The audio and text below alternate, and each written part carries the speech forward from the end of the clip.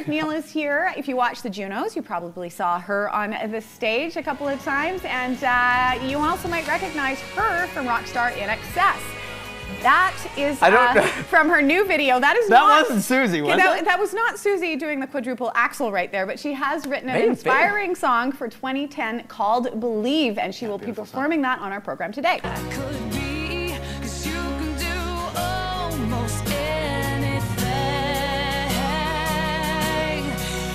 Just believe.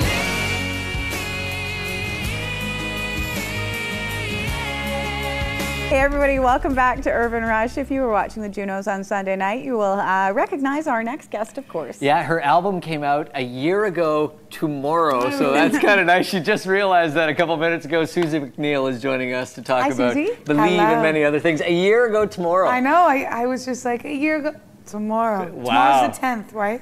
I don't even know what day I don't even. Yeah, tomorrow's the 10th. Okay, all right. Yes. Yeah. Yes. And what were you doing? You were on stage, weren't you, at the time? I was, and that was opening night for We Will Rock You in Toronto, the Queen show that's playing there. Boy. And it was madness. I can imagine. How long did you do that I don't know for? why I picked to release my CD the day of opening night. I did it for 6 months. Wow.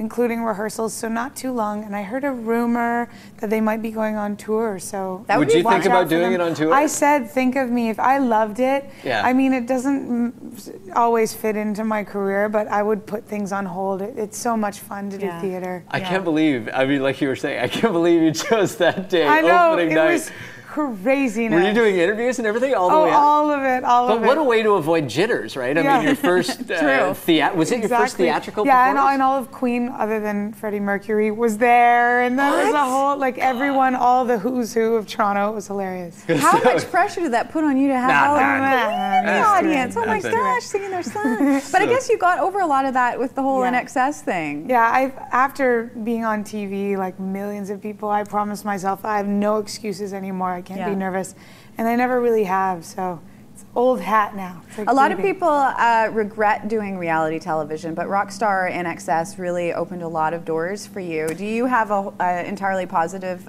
perspective on it? Yeah, I think the reason why, I've done a lot of thinking about this and talking about it, but the reason why I think these people regret it is because they sort of, two reasons. When you get on it, at least a lot of people in my season were like, this is it, like I'm gonna be famous. And then you get off of it, and to be honest, there's so many reality shows, it's easy to get swept under the rug. Like, what's the guy who came in second to Kelly Clarkson on the first year of American Idol? I actually know Remember that guy? The guy with the hair. Yeah, but what's he doing right now? Huh? No, the guy with the curly hair. The guy with the curly hair. Justin. The Justin Guarini. Yeah. Oh my God, you know his last name. I get 10 points. But I mean, part of it too, I think, is there must be such a temptation to sort of compromise yourself a little bit to try and get that goal, you know what I mean? To be with an excess. And I don't think I ever saw you do that at all. Well, I didn't have very good perspective when I was on that show because, you know, we were sequestered, and a lot of